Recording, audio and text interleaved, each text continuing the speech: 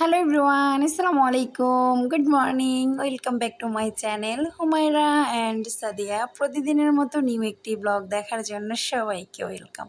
কাছে দূরে, দেশ এবং দেশের বাইরে যে যেখান থেকে আমার ব্লগটি দেখছেন, আই হোপ সবাই ভালো আছেন, সুস্থ আছেন। আমরাও ভালো আছি আলহামদুলিল্লাহ। চলে আসলাম মিনি ব্লগ নিয়ে আজকে। আই হোপ সবার কাছে ভালো লাগবে, ভিডিওটি কন্টিনিউ করবেন। তো আমি রান্নাবান্না থেকেই শুরু করেছি। আজকে মাছ রান্না করতেছি, ওটাই আপনাদের মাঝে শেয়ার করতেছিলাম। কিছু কিছু ক্লিপ নিয়ে আমি আপনাদের মাঝে শেয়ার করে। তো রান্না করতে কার না ভালো লাগে, প্রতিদিনের মতো একটা একটা করে রান্না করে আর যতটুকু পারি ততটুকুই করি। রান্না তো বললামই, এক একজনের কাছে এক একটা আর্ট আমার মনে হয়। তো আমার কাছে যেটাই মনে হচ্ছে আমি ওটাই বললাম বা ওটাই শেয়ার করতেছি। আমার কাছে যেরকম ভালো লাগবে আমার আপুদের কাছেও ভালো লাগবে, তো এই জন্য যে শেয়ার করা। তো যেভাবে আমি রান্না করে ওটাই শেয়ার করতেছিলাম। আর আজকের ছোট্ট এই মিনি ব্লগটি যদি ভালো লেগে থাকে, কোনো অংশ যদি ভালো লেগে যায়, অবশ্যই আমার চ্যানেলটার পাশে থাকবেন, ভালোবাসা দিবেন, লাইক করবেন, কমেন্ট করবেন, শেয়ার করবেন।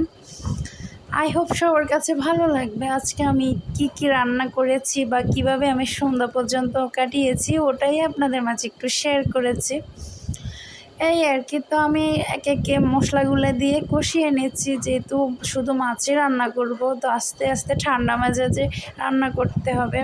সব সময় তো তাড়াহুড়ো করেই রান্না করে, আজকে একটু ঠান্ডা মাথায় রান্না করতেছি, আস্তে আস্তে রান্না করতেছি। যেহেতু সবাই চলে আসছে, আমি রান্না করতেছিলাম আসরের পরে, দিয়ে নামাজের পরে আমি রান্না করতে আসছিলাম। এটা রাতের জন্য রান্না করতেছিলাম। আর সন্ধ্যায় কী করেছি না করেছি আর আমি রান্নাটা করে কোথায় গিয়েছিলাম সেটা শেয়ার করতে চেয়েছিলাম। বাট আমার যখন আমি ভিডিও এডিট করতে গিয়েছি তখন যে আমি দেখতেছি যে আমার ওই ক্লিপটা ডিলিট হয়ে গেছে আমার অজান্তেই। তো কিছুই করার নাই, খুবই মন খারাপ লেগেছে, খুবই খারাপ লেগেছে আমার কাছে। তো আর কি করব, তো এই আজকে মিনি ব্লগটা দিয়ে আমি শেষ করতেছি। আই হোপ সবার কাছে ভালো লাগবে। তো এই যে আমার রান্নাবান্না প্রায় কমপ্লিট হয়ে গেছে। তো যতটুকু পারি আমি ততটুকু ক্লিপ নিয়ে নিয়ে আপনাদের মাঝে শেয়ার করি। আমি প্রপারভাবে ওরকম প্রতিটা অংশ আপনাদের মাঝে পারি না, যতটুকু আমার সম্ভব হয় ততটুকু আমি শেয়ার করি, এই আর কি।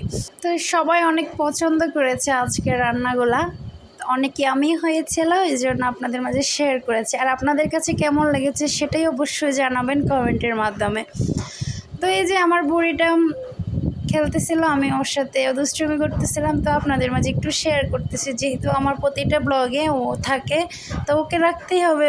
ও না থাকলে কীভাবে হবে, ওর ছোটোবেলা কীভাবে কাটিয়েছে সে একটা সময় আমার চ্যানেলটাতে হয়তো বা কখনো দেখতে পারে, বা কখনো যদি বড় হয়ে যায় তখন সে দেখবে, এটা ফিল করবে যে ও এরকম সময়টা কাটিয়েছে। তো এই জন্য যে রাখা ওর কিছু কিছু ক্লিপ আমিও আপনাদের মাঝে শেয়ার করি, বা ও দেখে, ওর কাছেও ভালো লাগে। ও আমার মাঝে মাঝে আমার আব্বুর সাথে আমার ব্লগটি দেখে, তো এই জন্য আর কি। তো চলে আসছে সন্ধ্যার দিকে, স্পাইসি মশলা পাস্তা আজকে ভাজা করব, এই আর কি। ওটা আপনাদের মাঝে শেয়ার করব। শেয়ার করার কিছুই নেই, সবাই কম বেশি ভালোই পারে, সবাই পারে আমি জানি।